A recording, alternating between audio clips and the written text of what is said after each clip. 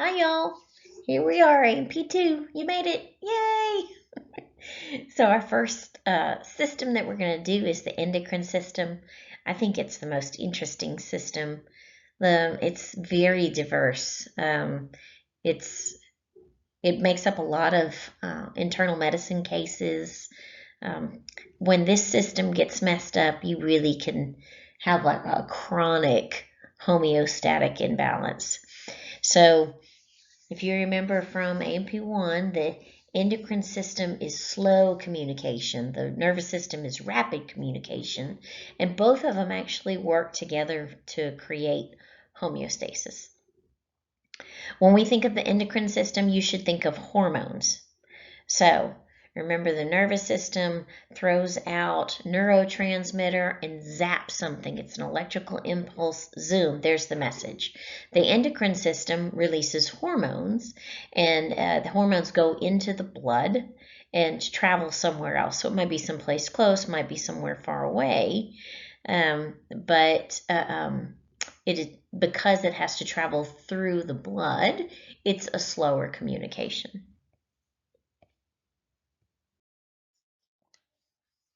So here we go, this comparison of the two. This is review. This is from an AMP1 slide. The nervous system, so it's a rapid zap and it's done. You have that action potential neurotransmitter released, hits its target, done.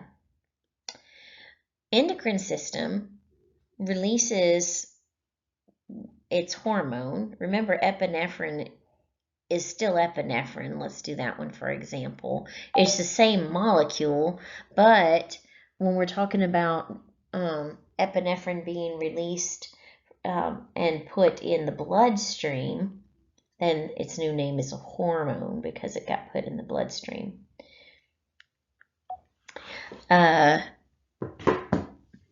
can go someplace really close. It can go someplace really far. So we have several hormones released, say, for example, from the brain. And those hormones maybe are going to go and affect the adrenal glands. It's going to go affect the, let's say, the mammary glands or the ovaries, testicles. Even on some levels, we don't get into all the details of the many hormones, but even on some levels to the gut.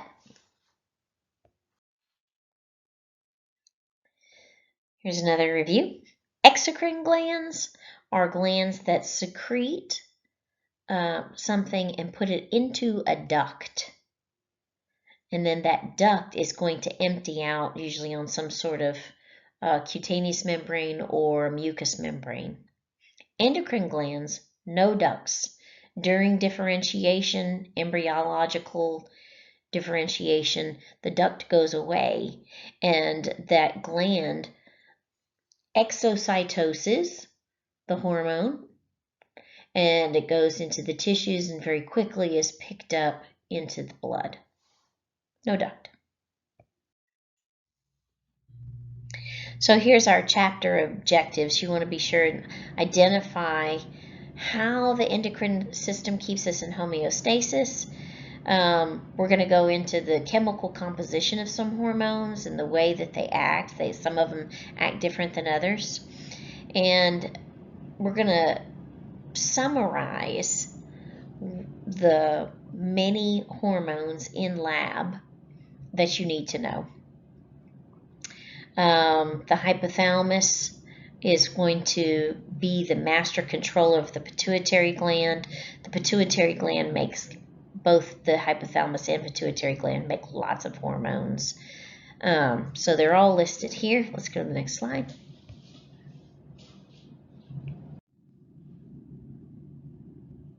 Now, if you've already looked at your lab manual or your lab videos, you've already heard me talking about how the hypothalamus does both homeostasis through the nervous system and homeostasis through the endocrine system. If you remember, it constitutes the walls of the third ventricles most anteriorly and ventrally, or inferiorly anterior and inferiorly. Sorry, I get stuck on dog anatomy. Um, but it's kind of a W shape, nondescript borders, and it's immediately superior to the pituitary gland. Some of the endocrine organs that you met in AMP1 also have exocrine function. The pancreas usually ends up on a lecture exam or a lab exam. Gonads, the placenta, they all do exocrine and endocrine function. There's also many organs that aren't really technically considered an endocrine organ, but they might secrete very small amounts of hormones that are often a paracrine or even autocrine. So maybe you remember that from AMP1. It's when you get a signal sent, paracrine, to a nearby cell, so super close, or even an autocrine is where it releases something and it affects its own self.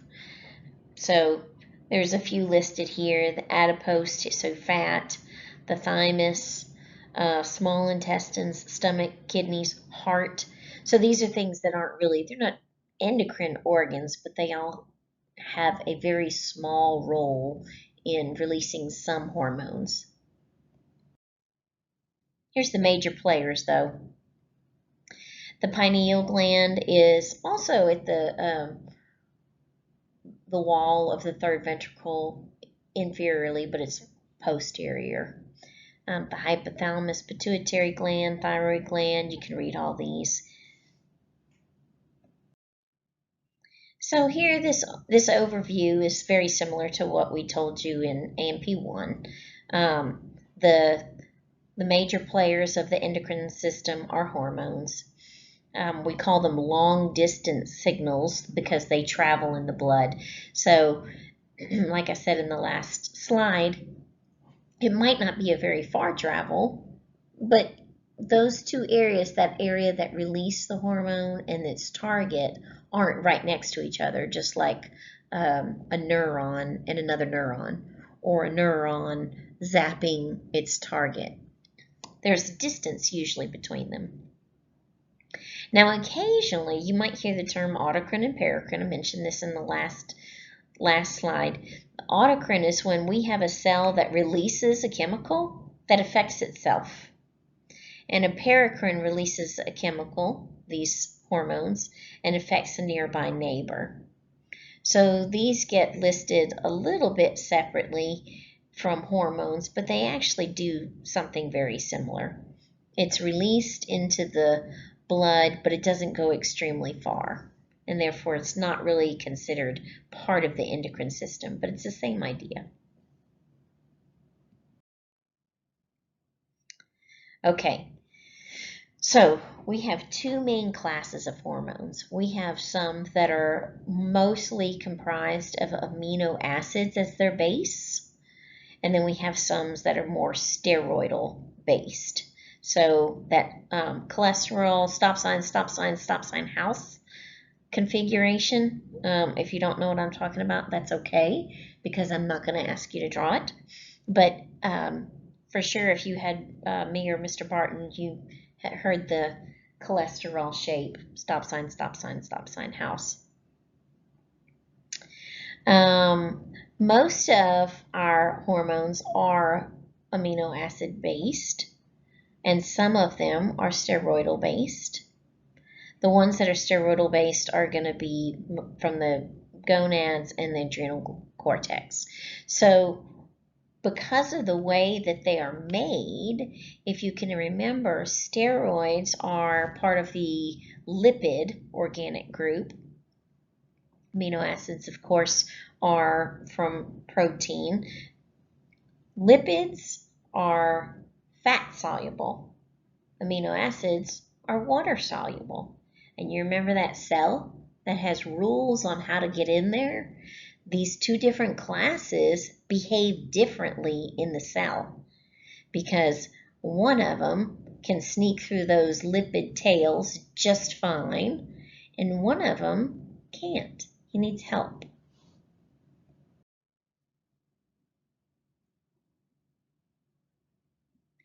So we have these hormones that are released. Okay, so let's say we've got some prolactin that is released from the brain.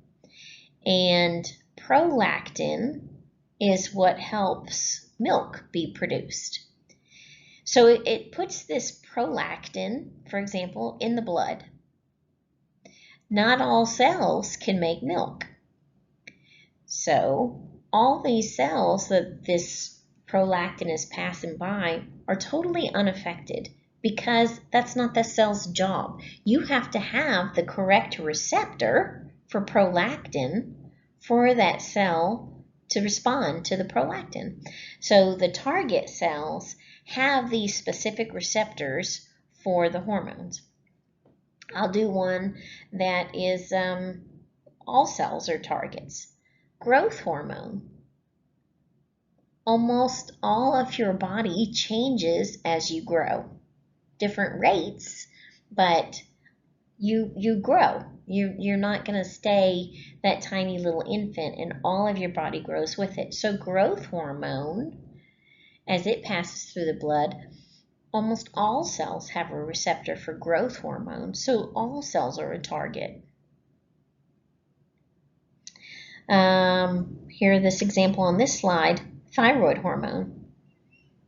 Thyroid hormone affects every cell. So every cell or most cells have the receptor for thyroid hormone, TH. There's another hormone called thyroid stimulating hormone, TSH. So obviously, if the goal is to stimulate the thyroid, who would have a receptor for the thyroid stimulating hormone? The thyroid. So that's the only place that you should find the receptors for TSH. So once that hormone gets attached to that receptor, and it's going to affect that target cell's activity. It could activate it, it could deactivate it, it could make it work more quickly, it can cause mitosis, it can make that target secrete whatever it's supposed to secrete. So there's lots of different things that it can do, but he is going to be the reason that cell does what it does. Okay, so we have the amino acid based hormones and we have the steroid based hormones. And I already told you amino acid based are water soluble and steroid based are going to be lipid soluble. So water soluble hormones can't sneak past those phospholipid tails. They can't just cruise on into that cell. They're going to need a different way to create their response. They're going to use something called a second messenger system, and I have slides to show you that in just a second. But what ends up happening is on the inside of the cell, the second messenger system is going to activate many enzymes inside that cell. So these water-soluble hormones, the amino acid-based ones, they are going to create a very huge effect. It's an amplification effect. So a little bit of that hormone is going to go a long way. Lipid-soluble hormones, which are steroid hormones, and then thyroid hormone is a weirdo. I'll tell you about that in just a second. Those guys actually directly get into the cell. Because they're lipid-soluble, because they're cholesterol-based, they can get past those phospholipid tails, get into the cell. The intracellular receptors are going to directly affect the DNA. So they get into the cell, they get into that nucleus, and they're going to directly affect the behavior of DNA. Thyroid hormone is actually made of amino acids, and he's a weirdo because he has the ability to get straight into that cell.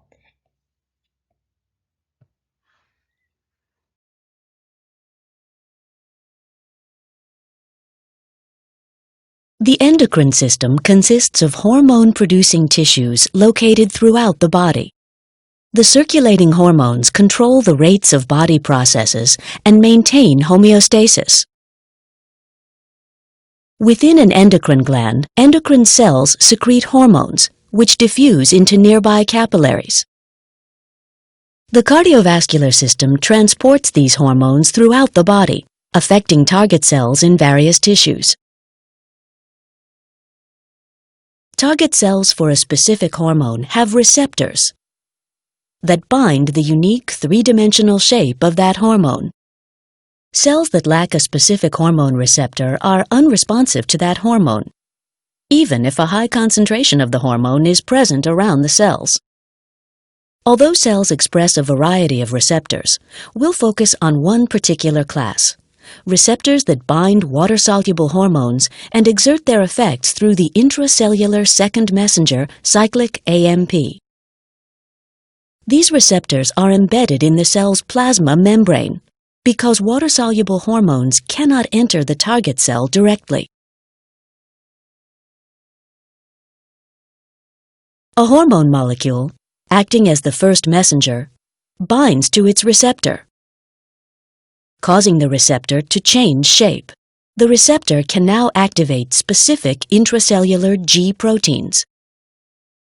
The activation process begins with the release of a GDP molecule from the G protein in exchange for a GTP molecule. This causes the G protein to change shape and become active. The hormone-bound receptor activates many individual G proteins, which greatly amplifies the signal from a single hormone molecule. An activated G protein diffuses along the plasma membrane until it binds to and activates the enzyme adenylate cyclase. Once active, adenylate cyclase converts ATP to the second messenger, cyclic AMP. These many molecules of cyclic AMP from each activated cyclase enzyme represent a further amplification of the initial hormone signal.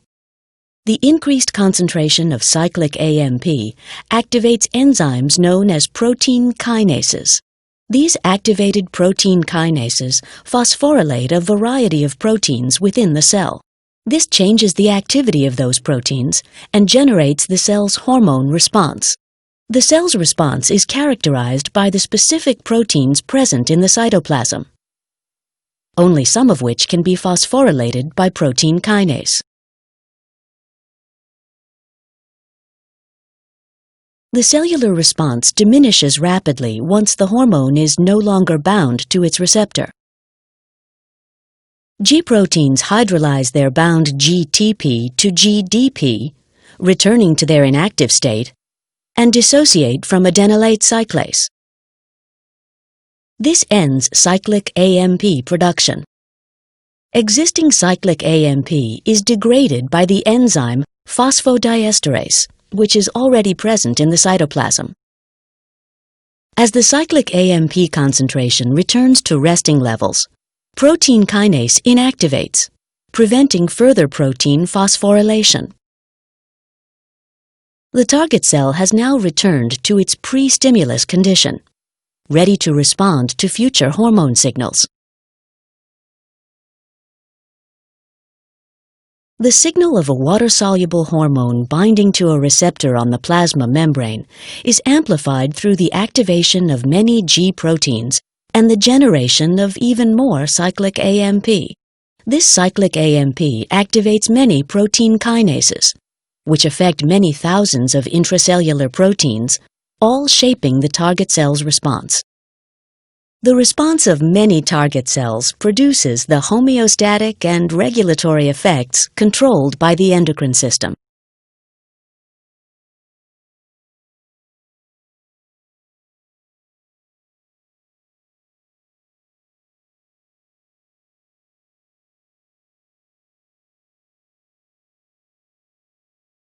This slide is talking about the amino acid-based hormones that can't get into the cell So they're going to use the second messenger system. This is the one that I'm talking about a little bit, goes a long way because we've got enzymes on the inside of the cell that are going to be like a cascading event of many enzymes getting to work. So hormone comes, here's the receptor. There's the cell membrane. You remember the phospholipid bilayer.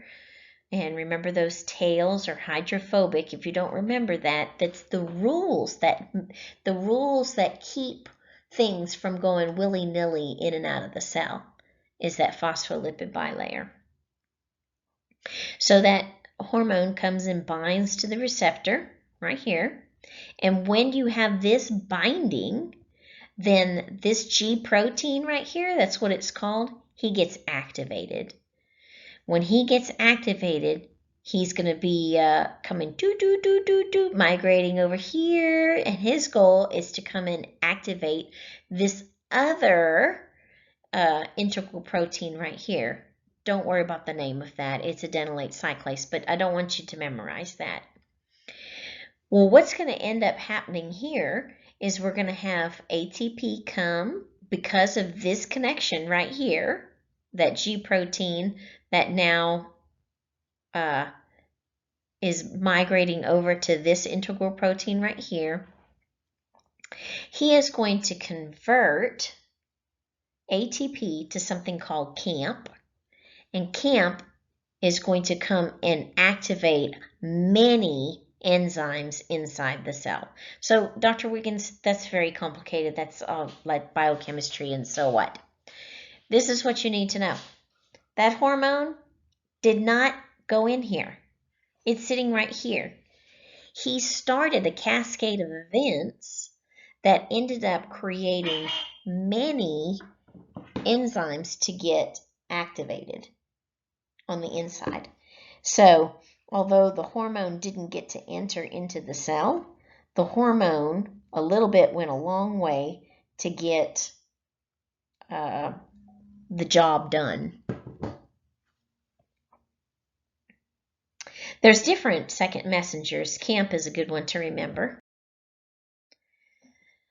All right, then we have these lipid-soluble steroid hormones and thyroid hormone.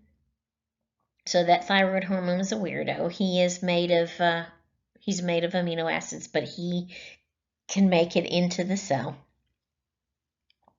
They go directly into the cell and affect the DNA. So we're going to create transcription, mRNA. mRNA is going to be translated into a specific protein for various purposes, whatever that hormone's job is. So this is showing, okay, so here's the steroid hormone, plasma membrane. Because I'm lipid soluble, I just come on in. Here is the receptor on the inside of the cell. They bind up, they actually sneak through the nuclear membrane and start transcription on the DNA. Blah, blah, blah, blah. Here we go. We're going to make this new protein to get whatever needed to get done. Whatever that protein's job, whatever that hormone's job is. So, Dr. Wiggins, that's another very complicated slide. What do I need to know from this? You need to know that steroid hormones sneak right through that cell membrane easily and actually will get into the nucleus and start affecting DNA. All right, so you probably remember the negative feedback system of homeostasis. That's the most common one, like the air conditioning unit. You have your air set at 75 degrees, and once the house is 75 degrees, it turns off until it starts to warm up enough.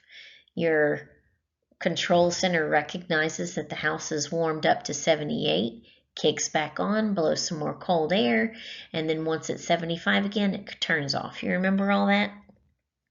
Well, the same thing happens with most hormone control. So you get hormones released, they hit their target organ, the target organ does whatever it's supposed to do, whatever the hormone wanted it to do, and then it quits releasing that hormone. There's always exceptions.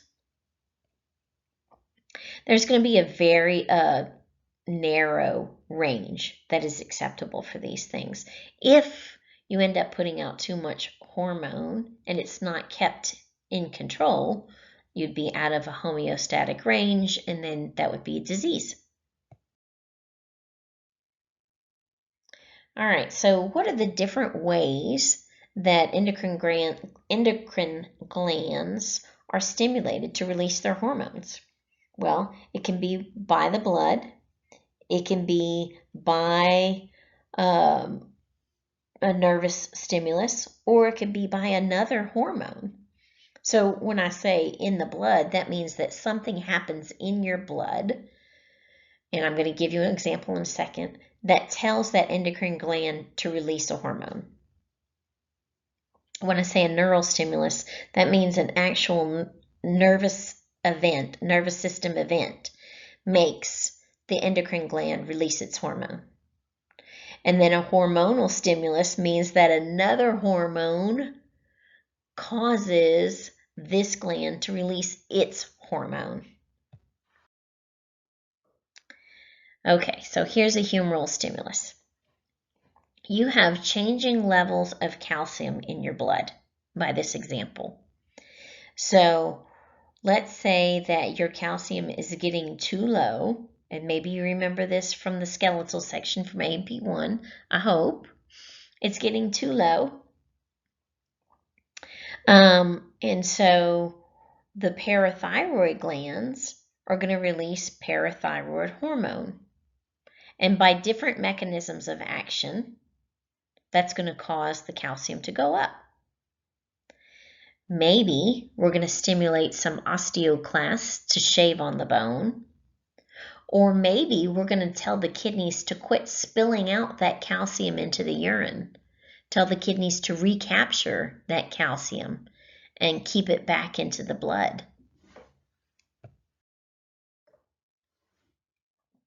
Nervous stimulation. So here we go. We have a neuron coming from the spinal cord, zapping the adrenal gland.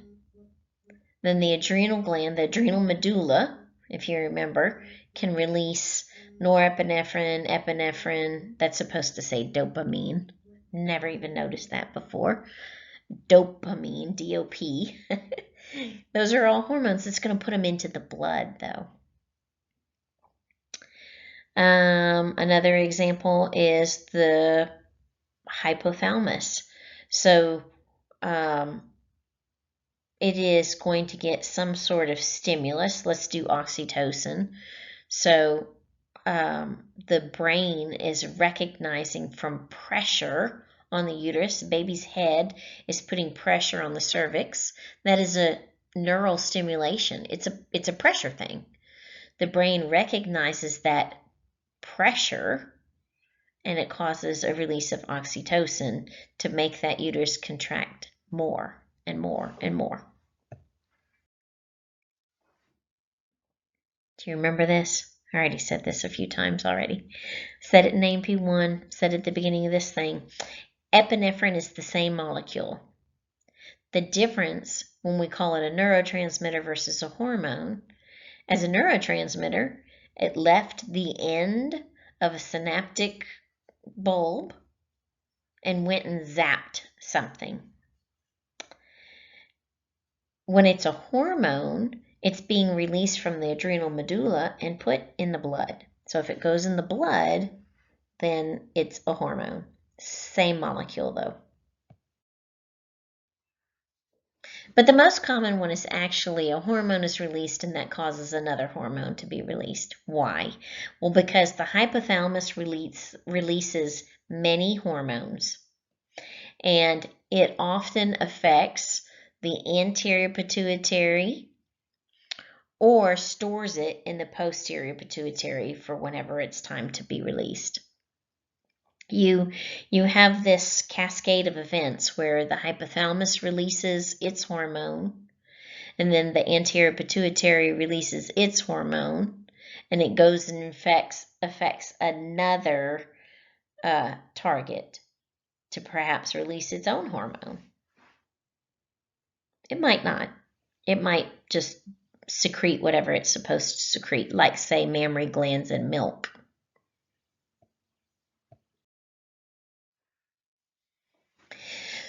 So here I have listed some of the hormones that are coming from the hypothalamus, that nondescript W area in the anterior inferior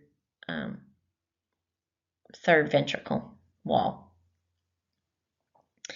Thyrotropin releasing hormone, it's also called TRH. Corticotropin releasing hormone, also called CRH. And gonadotropin releasing hormone, GRH. So what those guys are going to do is they're going to be released from the hypothalamus and then affect the pituitary, in this case the anterior pituitary. So thyrotropin releasing hormone causes thyroid stimulating hormone to be released. Corticotropin releasing hormone causes adrenocorticotropin hormone to be released. Gonadotropin releasing hormone causes follicle stimulating hormone to be released. Then, from the pituitary, where those things were released, so TSH, ACTH, and FSH got released, they have a new target. So TSH, thyroid stimulating hormone, is going to go stimulate the thyroid gland to release thyroxine, also known as thyroid hormone. So you get the idea. So TRH causes the release of TSH, causes the release of TH. CRH causes the release of ACTH, which is going to cause the release of cortisol. Gonadotropin releasing hormone is going to cause the release of FSH, which is then going to cause the release of testosterone, or it could affect the ovary and cause a release of estrogen, both.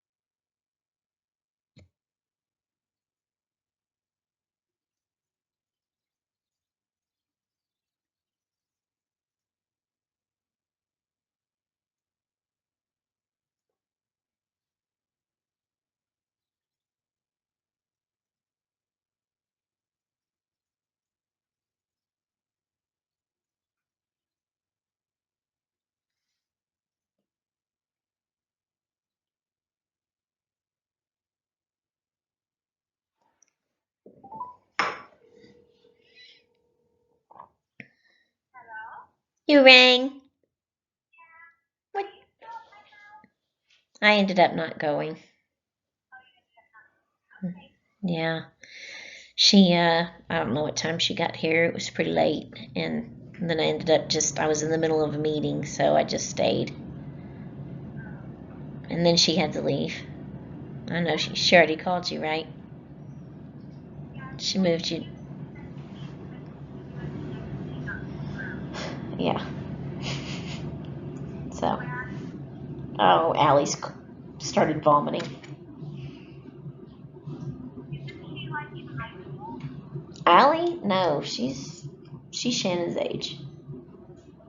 But she was babysitting the babies. She was babysitting the Lori's 2 grandbabies, so she had the baby with her, so she just had to pull over and started violently vomiting. And no, this is Allie's chronic problem, like Ashlyn's chronic problem. So they've seen all kinds of specialists too. Nobody's figured out what's wrong. She said she'll be fine for the longest time. Then all of a sudden she just violently started. I don't remember if she's had her gallbladder out or not, but they thought maybe she had irritable bowel syndrome, and I don't know, for a while they thought that maybe it was her brain, something psychosomatic, because I think it started when she was in high school, so they thought she was stressed. And then she actually, when she was done with school, even when she wasn't stressed, it just comes on. It's just sudden and violent. And so then they thought maybe she had Crohn's disease, and they thought maybe she had that gluten intolerance. They've been through all kinds of things, and just nothing's helped.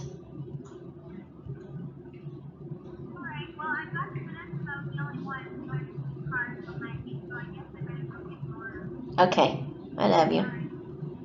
Bye.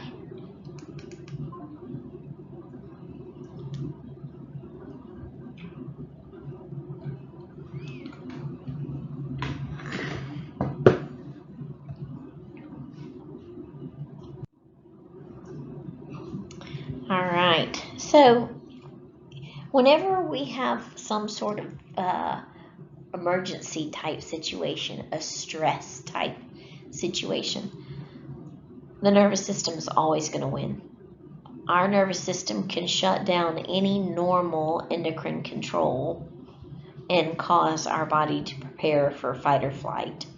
So even though it might just be a temporary thing, that nervous system is going to take over and can pause hormonal release.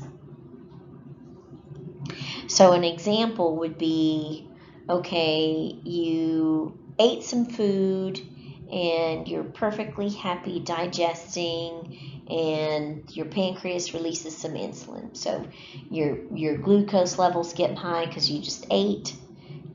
So this would be a humoral, right? This would be a humoral type response because it's in the blood. Glucose in the blood. The pancreas recognizes, hey, there's an elevated amount of glucose in this blood. And so the pancreas releases insulin. That's its hormone, so that glucose can get into all the cells. But all of a sudden, 2 bees come and land on your cafe table while you're perfectly happy sipping on your tea and eating your pizza, and 2 bees come and land on your table, and you are deathly afraid of bees. So your nervous system kicks into fight or flight. That sugar that was getting put into the cells all of a sudden is not anymore. The nervous system says, no. We're not going to put those anywhere except into our skeletal muscles so that we can run away from the bees. So your nervous system is always going to win. It is in any kind of event in your body. If you get stressed, or if you are in some sort of dire situation, the nervous system is always going to win.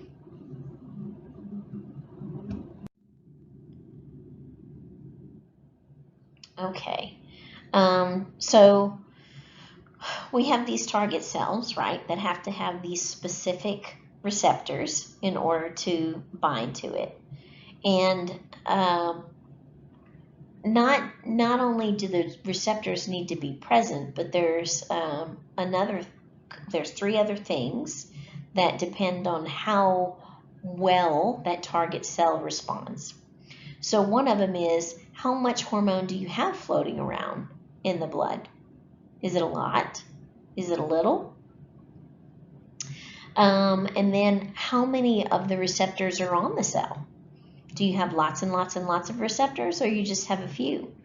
So let's say that you just had 1 entry into a building.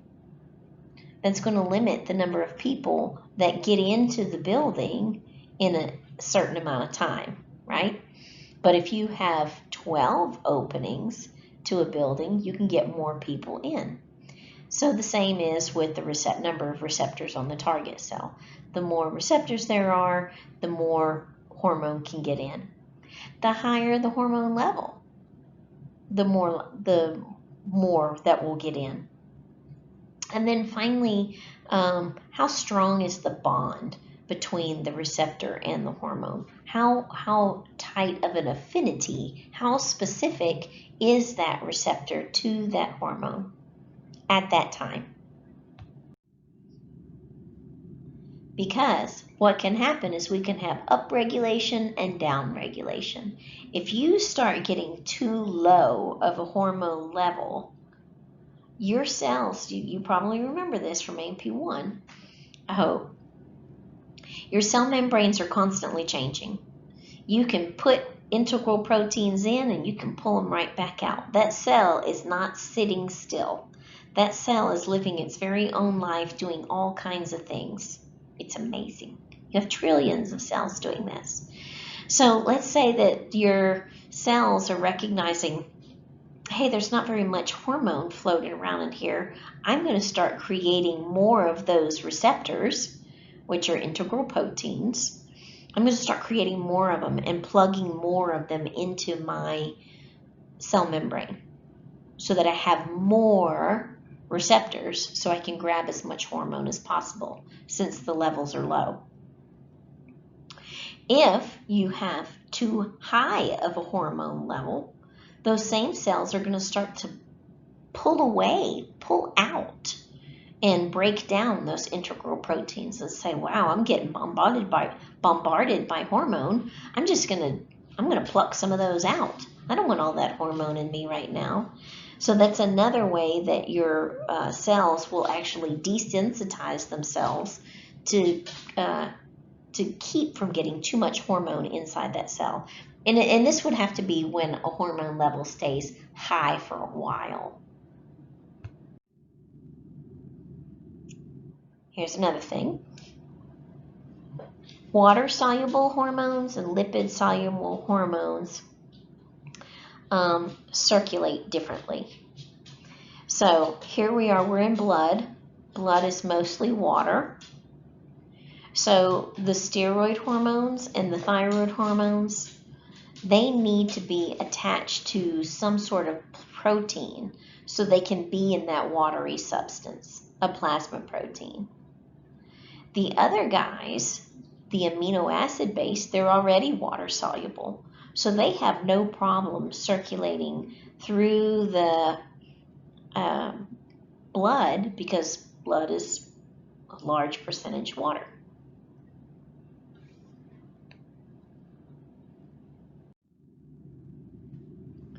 So depending on how they're being carried around determines their half-life, which means how long these hormones are going to be active. Okay, so half-life would be when half of that hormone level has been depleted. It can be gone in minutes. It could be gone in weeks. In some hormones levels, even extended out, such as growth hormone, is a much longer amount of time.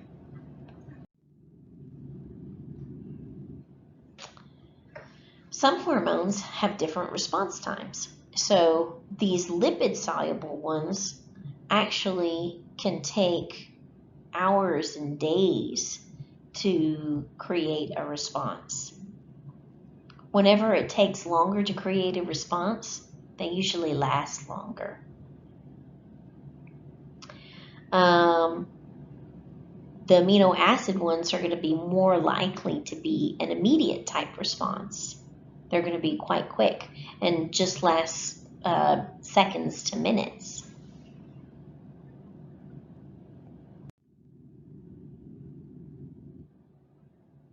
So this is kind of a summary of where the lipid-soluble hormones and water-soluble hormones come from.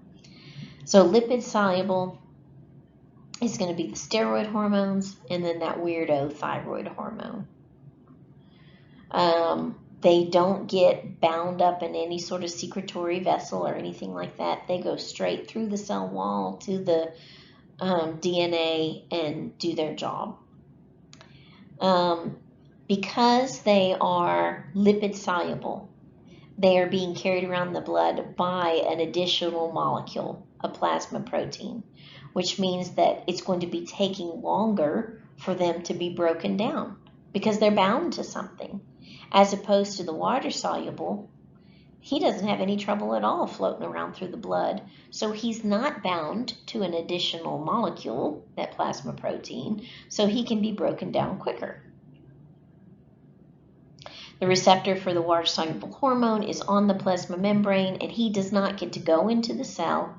He needs a second messenger system to cause the enzymes to create the response.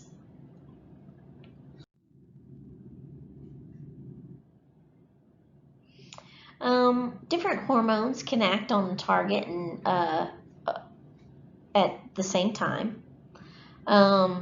Sometimes you have permissiveness, which means that you need another hormone to be present in order for that hormone to do its job. So, for example here, reproductive hormones do not work if thyroid hormones aren't present. And in lab, we'll look at this isn't a problem anymore because when babies are born, they're tested to make sure their thyroid's working. But if you don't have thyroid hormone, you'll end up being, and it's not caught, you don't get it treated, not just reproductive problems, but all kinds of problems, including mental problems and sluggishness. And I'm talking about if you're born that way. Synergism, what that means is that one hormone, well, more than one hormone creates the same effect. So if you have two hormones causing the same effect, then the effect is amplified. You have a greater cell response to those hormones. So this example is saying, okay, glucagon and epinephrine. Okay, if your sugar level gets low, you've heard of insulin. We talked about it in AMP1 a little bit, but when your sugar level gets high, you ate a meal, your pancreas releases insulin so that you can use that sugar that's now floating around in the blood. The insulin allows that sugar to get into your cells. But let's say you're so busy studying for anatomy and physiology that you don't eat. You just don't have time for that. So your blood sugar starts to get low, your pancreas actually releases glucagon, and it starts breaking down glycogen from the liver. If you get stressed, your body releases epinephrine. Epinephrine also causes the breakdown of glycogen from the liver. Glycogen breaks down into glucose. So they can work together to create an amplified effect of release of glucose. And then we have antagonism, where one hormone opposes the action of another, but they're not usually released at the same time. So insulin and glucagon, both from the pancreas, they're not usually going to be released at the same time. Cortisol has anti-insulin effects. So diabetics, where every tiny bit of insulin is super important, it's not good for them to be stressed out. They cannot be placed on like prednisone, dexamethasone, anything like that, or else they'll get deregulated.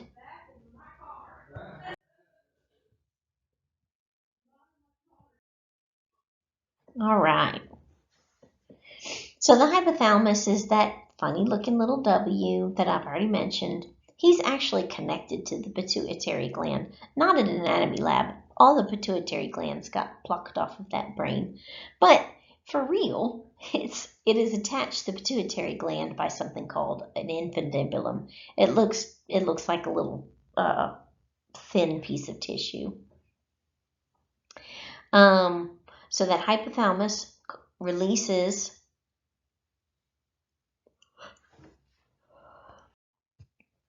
it's a hypothalamus, the upside, the W in the anterior and inferior portion of the ventricle. He is attached to the pituitary gland by something called an infundibulum. It looks like just a little stalk. Not in lab though, of course, right? Because all the stalks, all the infundibulums got broken. So we just had little pituitary glands everywhere, not attached to brains anymore. Anyway, the hypothalamus often gets the ball rolling on hormone secretion. So we had those releasing hormones that I mentioned already. I mentioned thyrotropin releasing hormone and gonadotropin releasing hormone. Anyway, when you hear releasing hormone, that means that they're going to cause the release of another hormone. And actually, your lecture book even lists inhibiting hormones. So maybe the hypothalamus is releasing growth hormone inhibiting hormone. But the lab book doesn't get into that too much, so I'm going to not get into the details of those, although it's pretty straightforward. Growth hormone inhibiting hormone inhibits the release of growth hormone from the anterior pituitary. Okay, and then the hypothalamus also makes these other two: antidiuretic hormone, ADH, antidiuretic hormone, and oxytocin. If you've looked at your lab video, I've already pointed out there's a difference between the anterior pituitary and the posterior pituitary. The anterior pituitary is glandular tissue. So it is an endocrine glandular tissue. It's going to release hormones. The posterior pituitary is actually the axons coming from the hypothalamus. So the posterior pituitary is nervous tissue, no glands. The posterior pituitary doesn't make hormones, but it will store some hormones from the hypothalamus, these two: antidiuretic hormone and oxytocin, until it's time for that hormone to be released by some stimulus.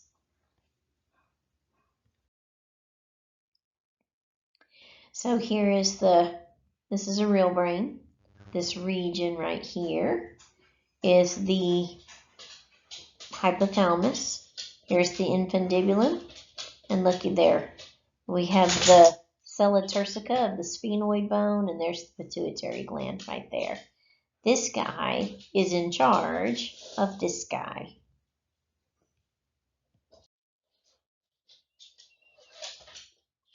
So, anterior and posterior pituitary, they get different names sometimes because just as in A&P 1, I have to point out that things have different names just to confuse A&P students. The anterior pituitary is sometimes called the adeno hypophysis. Adeno is a Latin derivative for gland because he can make hormones. He is glandular tissue. The posterior pituitary, because he has the axons from the hypothalamus, he doesn't have any nervous tissue. Sometimes he's called the neurohypophysis. He's going to store the oxytocin and the ADH, but he can't make it. Posterior pituitary can't make it because it's not glandular.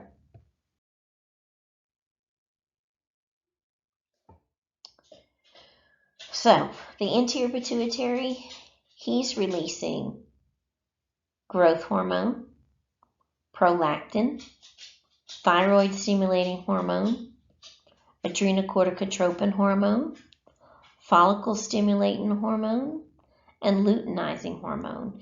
In your lab book, it says ICSH, and I mentioned in that video, you can go ahead and cross that out because they used to have it as LH for women and ICSH for men, and then they figured out that it's actually the same thing. So we're going to all just call it luteinizing hormone, LH, even in men.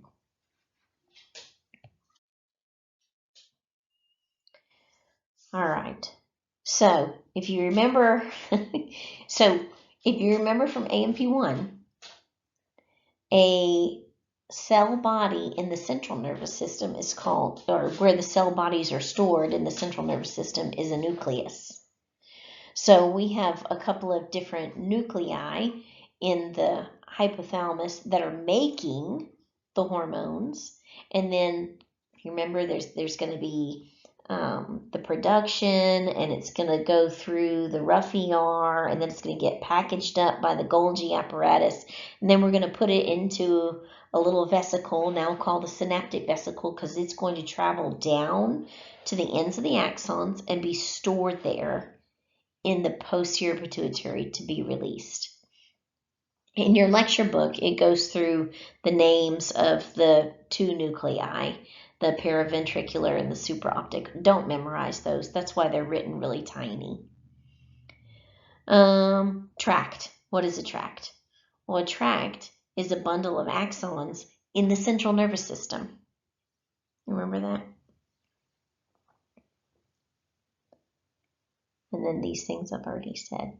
So posterior pituitary is storing these hypothalamic hormones, oxytocin and ADH.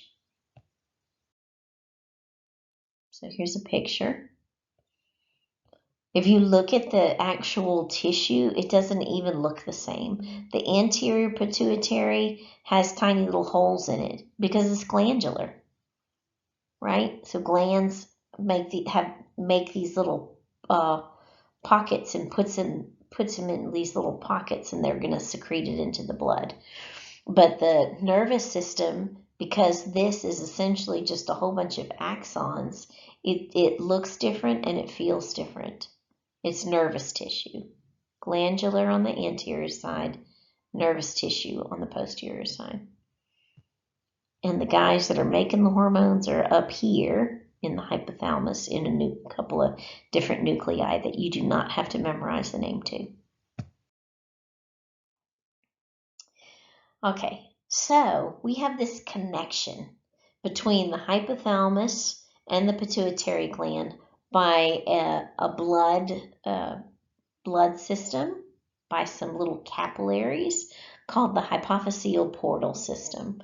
And a portal system just means that you have a capillary bed on either end of this pathway.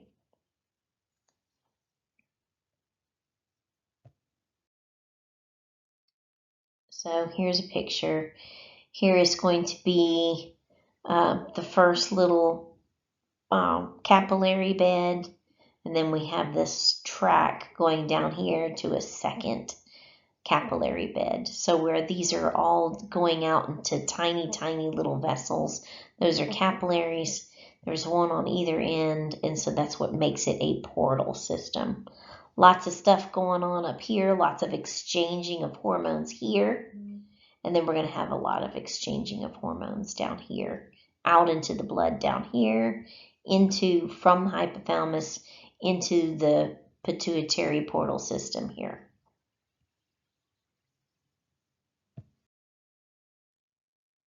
So what is oxytocin? It is a smooth muscle stimulant.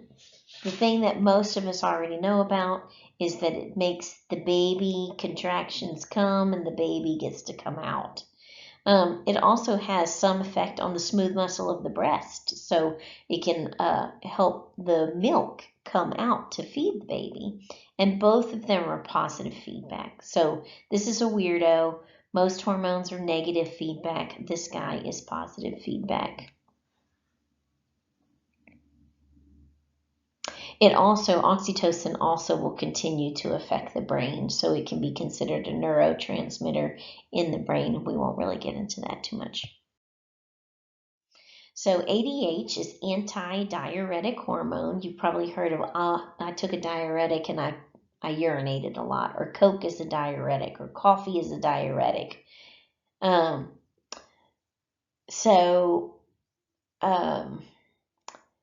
means that you're losing more water out your urine. That's what it means. An anti-diuretic hormone means you're trying to recapture that water and get it back into the blood. So you're trying to not put water into your urine. You're trying to capture as much water and keep as much water as possible in the body. So what could cause that to happen? Well, one would be you're doing lots and lots of exercise and you're not drinking enough water. So you're sweating and you didn't drink enough water. So you have too much loss. So you don't, from sweating, so you don't want to lose any more out the urine. So antidiuretic hormone, its target is actually at the kidney level, of course, if it's going to try and resorb the water. Another thing that can cause it is drugs, pain, and then blood pressure. If this would be an odd thing, but if you are bleeding excessively, car accident, something like that, if all the liquid is leaving out the hose isn't spewing anymore, it's trickling. It starts to just, you've lost your blood pressure. You're starting to have less and less and less. So your brain says, I need to hold on to every possible ounce of liquid that I can. And so it's going to try and save as much water as possible because you're losing blood out your body. Alcohol is anti-ADH. So you drink a couple of beers, you're going to need to tinkle more. Wine, you're going to need to tinkle more.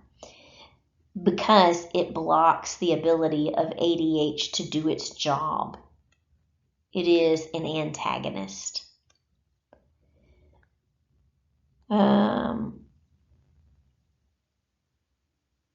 going to skip that last part.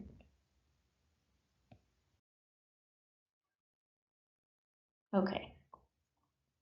There's a disease called diabetes insipidus. It is a weird disease. It got its name. It has nothing to do with diabetes that you know from the pancreas, where you're not responding to insulin or you don't make enough insulin. It's nothing like that. But it got its name because the symptoms are the same. The diabetic that you are probably aware of, which is diabetes mellitus, or some people call it diabetes mellitus. It just depends on who taught you. I was taught diabetes mellitus. Those people are very, very, very thirsty. And diabetes insipidus, those people are very, very thirsty. So whenever this disease was first acknowledged, they just noticed the thirst. And so they said this must be some form of diabetes. Well, what's happened with that is for some reason, there's been damage to the hypothalamus or the pituitary gland, and you are not producing enough ADH. So you put out too much water because your kidneys don't know to conserve, because it's not getting the hormone ADH because you're low on it. If you're not, if you don't have any ADH and you do what I just said, you went for a jog and you are sweating because you went for a jog and you didn't drink enough water, you can't conserve your water, you could easily die. People that have diabetes insipidus, they have a very hard time staying in homeostasis.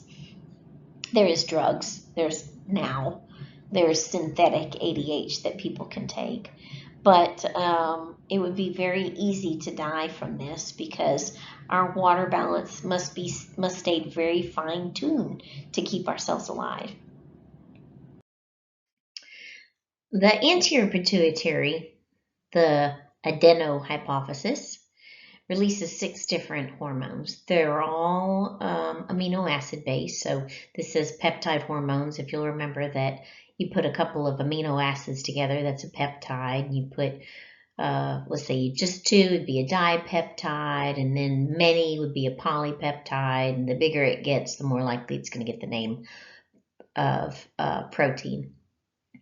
So peptides are not just amino acids, they've got a couple of bonds in them. So the 6 of them are listed here, and it says all but 2 are tropic. What does that mean, tropic? Well, tropic hormone means that that hormone causes the release of another hormone. So growth hormone does its thing. Growth hormone goes into the body and affects all the cells. But thyroid stimulating hormone is released from the pituitary. Its target is the thyroid gland, and it's going to cause the thyroid gland to release another hormone. So the TSH causes the release of TH, thyroid hormone. Sometimes you might see it written as thyroxine. Adrenocorticotropin hormone is going to be released from the pituitary, and its target is going to be the adrenal cortex. So that's going to cause the release of more hormones, specifically glucocorticoids and androgens, which are more masculine type hormones, and a few mineralocorticoids. But all of those things being released from the adrenal cortex are all hormones. Follicle stimulating hormone is going to cause the release of estrogen in females and testosterone in males. So you probably already knew about those hormones. And then luteinizing hormone in females is going to cause the release of some estrogen and progesterone, and then actually some more testosterone in males. So you see those 4 that I just listed, they're causing the release of another hormone. Growth hormone, he's going to hit the cell target and cause the cell to do its job. Prolactin is going to go hit its target cell and make the cell do its job. So growth hormone changes bone and causes stimulation of growth, and prolactin causes mammaries to produce milk. And actually probably plays a role in men. Not to produce milk, but actually, what's the word? Libido. Okay. So growth hormone, it has direct action on metabolism, indirectly causing growth, but directly what it does is it makes glucose stay in the blood longer, okay? And it causes fat breakdown. So let's think about this. Kids, they can eat and eat and eat and run around and play, and they don't have a tendency to put on weight because they have large amounts of growth hormone. They use their fat for energy more than glucose. But once we're done growing, once our growth hormone goes to the floor, we don't use our fat as much for fuel. We use our sugar. And so therefore we don't have as much fat breakdown as we get older. And then, we have a tendency to have these little soft spots on us. Incidentally, you might have heard, maybe your mama told you, you better get good sleep or else you're not going to grow to be big and strong. There's actually some truth to that, because growth hormone is best released during a good night's sleep. And so, so there is actually something to that.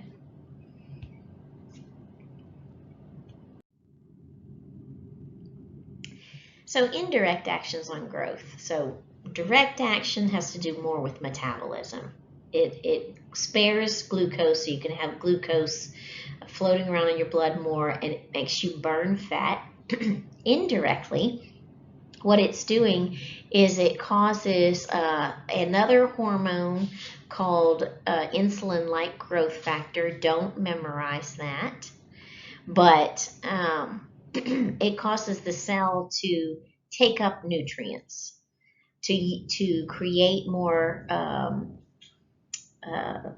cell division, so to go through mitosis more, and to create more of a type of the collagen and bone. The major targets are going to be bone and skeletal muscle for growth hormone. So what makes growth hormone be released? Well, growth hormone releasing hormone. And again, there is a growth hormone inhibiting hormone. Don't worry about that.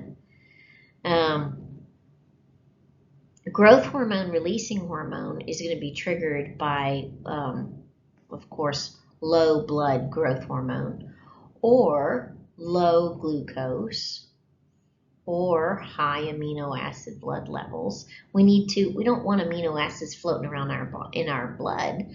We want to be building up muscle and building up bone. So it's not doing very much good if it's in the blood. We need it in those tissues, making good strong muscles, making good strong bone. So that'll cause the release of that hormone.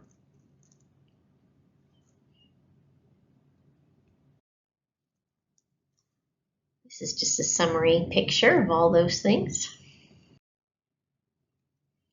Okay, and this is in your lab. This is by the way, if you haven't had me for AMP1, whenever there's a homeostatic imbalance slide, I like to make these kind of questions fill in the blank in your lecture test. Okay, so what happens if you put out too much growth hormone? Well, it depends. Are you still a child? Or are you done growing and now all of a sudden maybe you got a pituitary tumor? In children, while they're still growing, it causes them to be a giant. So giganticism. If you are an adult, let's say you're 40 years old, you're long done growing, and all of a sudden you get an anterior pituitary tumor and you start putting out too much growth hormone, you develop a disease called acromegaly. Andre the Giant had acromegaly. The hands get really big, the feet get really big, the face looks different, the brow actually almost starts to thicken like Lurch, if you remember him from Addams Family. The chin actually starts to get kind of angular and elongated. We have some pictures here in a minute. If you aren't putting out very much growth hormone as an adult, no problem. But as a child, that causes pituitary dwarfism. There's different kinds of dwarfisms. A pituitary dwarf just looks like a really tiny person. So I'm not talking about the angry elf on Elf, because he has chondrodysplastic dwarfism. So here we go. The gal on the right is normal. The gentleman in the middle, he is a giant. So when he was young and still growing, he was putting out too much growth hormone, and likely still is, because it's usually going to be a tumor of some sort. And then the gentleman on the left, he is a pituitary dwarf. So he is very tiny. Here's Andre. So he's got that really thick brow. You know, his eyebrows look more pronounced. His chin is more pronounced. Actually, his tongue is a lot bigger. His hands are huge. His feet are huge. Also, one other thing I wanted to say on that slide, excess growth hormone is really hard on the body, and although these people lead a relatively normal life, it's going to be a little shortened because of the growth hormone. You're going to end up likely it's going to end up causing a strain on the heart and the joints. Some of these people have a lot of muscle pain, but anyway. Okay, thyroid stimulating hormone is straightforward. It stimulates the thyroid to release another hormone, T3 and T4. And we'll get into the thyroid in just a minute, but T3 and T4 are going to be released from the thyroid, and sometimes you'll hear it called thyroxine.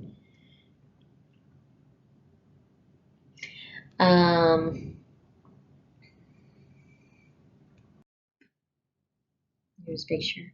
And of course, when you put out enough thyroid, you're going to have that negative feedback that the hypothalamus stops putting out so much thyroid releasing hormone, or thyrotropin releasing hormone, sorry, and your anterior pituitary is going to release less thyroid stimulating hormone. ACTH, another name for it is corticotropin. It's going to stimulate the adrenal cortex to release corticosteroids. So that's going to be glucocorticoids, androgens, and mineralocorticoids. But the biggest one that we think of is cortisol. Usually this is a morning type release. So when people take, let's say, you got into some poison ivy and the doctor put you on a steroid pack, they'd like you to take your doses in the morning so that you're not confusing your adrenal gland. Because your adrenal gland, that's not its only job, is to release cortisol. So if you think about this, you take your steroid at night, that next morning the adrenal gland's like, oh, well, I have plenty, so I don't need to do that. Well, again, that's not its only job. So it's like you've created a negative feedback that you don't want. So the hypothalamus releases some gonadotropin releasing hormone and tells the anterior pituitary to release some gonadotropins, specifically follicle stimulating hormone and luteinizing hormone. Follicle stimulating hormones, of course, stimulates the follicles to put out eggs for girls. And then it also actually aids in the production of sperm in males. So eggs and sperm are called gametes. Luteinizing hormone is going to promote in females is going to cause the production of estrogen and progesterone for the cycle, for the menstrual cycle, and then in males it aids in the production of testosterone.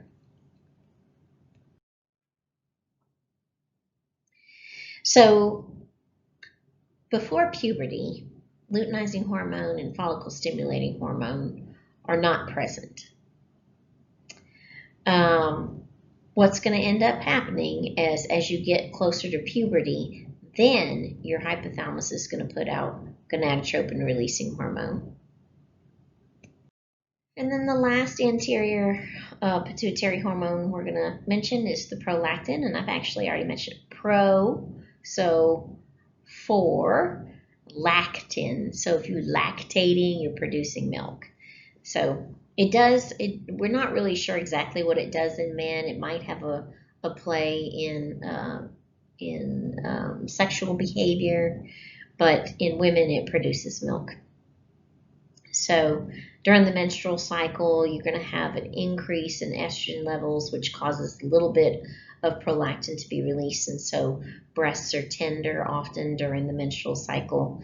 And of course, it also is, even before a baby is born, having some effects on the breast tissue to start getting ready to go to work. This is one of those neural stimulations. So babies sucking for milk, well, first baby cries, and the brain hears the baby cry, and that causes the initial milk letdown. And then baby sucking causes continued milk letdown. So prolactin is one of those positive feedback kind of responses.